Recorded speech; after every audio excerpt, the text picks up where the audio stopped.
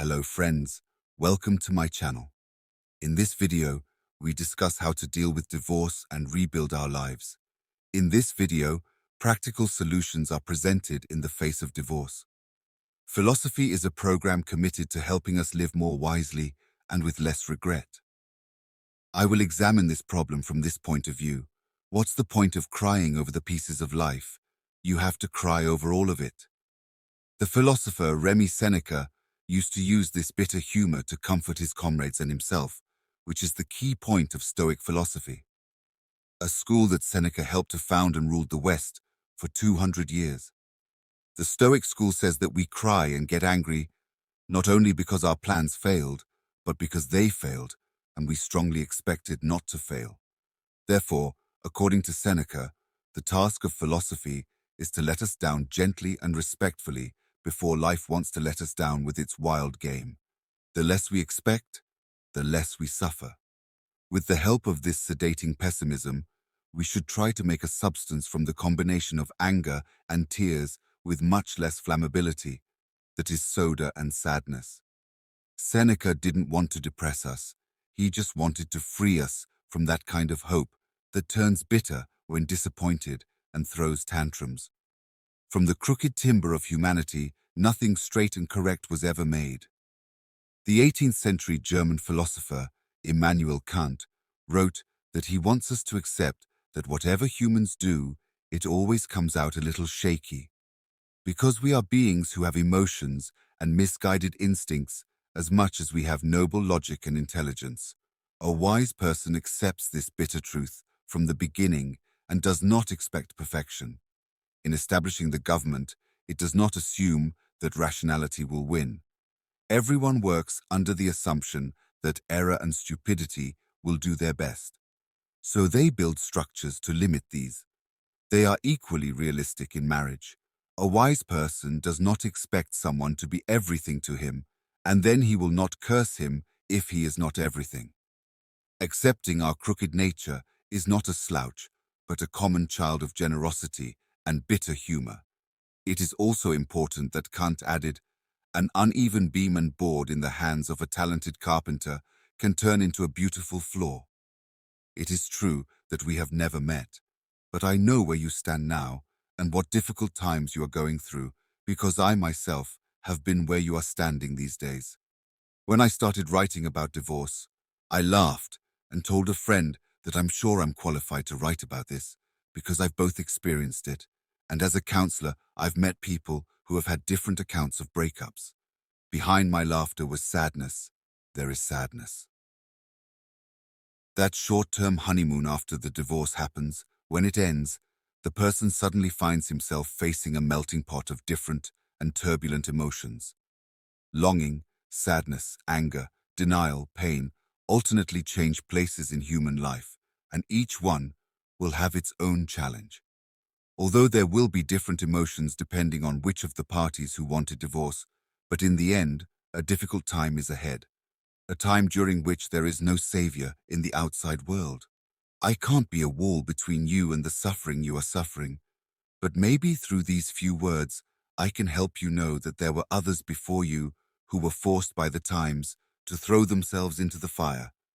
People who managed to get over the bitterness, but did not become bitter. The most important thing to know is that denial will not help you. Pain, whatever its level, intensity, and form, is pain and cannot be treated by ignoring it. Behind every pain is a wound, and healing this wound requires compassion and awareness. See your wounded self, understand and accept its pain. This is the first step and the most vital step, and it will probably free you from all the harmful painkillers that you have drowned yourself in, from alcohol, drugs, multiple relationships without depth, working crazy, overeating and anything like that. Each has the ability to create a new wound. The experience of divorce in all its levels is imbued with this feeling of being unwanted and rejected. In such a situation, a person's heart is polluted by the city's winter sky. It is cloudy, polluted, cloudy and sad that reigns on the human soul, heavy, merciless, continuous. Don't worry, don't worry. Be patient with yourself. Find small pleasures and don't look for big pleasures.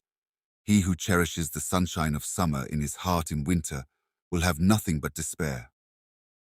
Umbrella your life on the same small happiness, so that the candle of their existence remains bright despite the rain of sadness, so that you don't get dark. Darkness is sticky. He who grabbed your soul will not let you go easily. Hatred, desire for revenge, desire to retaliate, come to you one by one. Don't let ruin dominate you. Don't sacrifice the future for the past. We will surely see the sunlight tomorrow if the night has not taken us with it. Listen to the naysayer's voice that says you wasted your life in a dysfunctional relationship, but don't believe it. Ultimately, life is nothing but experience, and no one has guaranteed that all these experiences are necessarily pleasant and desirable. I have seen people who have spent the rest of their lives mourning the loss of a part of their lives so that each and every day can be considered wasted. Please don't be one of them. Within years after the separation, you will meet people who believe that the experience of divorce is like proof of incompetence and unworthiness. I don't expect you to correct it every time you encounter this crookedness. I don't even expect that sadness won't dwell somewhere in your heart. But I really think it's unfair that you allow yourself to lose, if you can call it that, under the influence of people like this in your life. Lose failure as if you think of yourself as an eternal loser. Remember, defeat means someone who had the courage to fight. Don't let those irrelevant people take the courage to live from you. For this, you must be able to check the experience of the previous relationship correctly and accurately. See your weaknesses, your mistakes, shortcomings, and misunderstandings, and look for ways to compensate in order to know what the right model, the right choice, the right relationship means inside you. Don't be in a hurry to prove your worth. Don't be in a hurry to prove to all the naysayers that you are not the person they think you are. Let them go with their thinking, with their ignorance and necessity, and instead focus on yourself, on your abilities and weaknesses, desires and unwanted.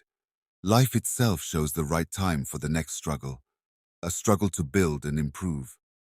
Before I forget, let me tell you that this writing took away the sadness from my heart, the sadness of remembering the days when I was standing here like you, somewhere between bitterness and loneliness. Please support me in this long way by liking, commenting, and subscribing.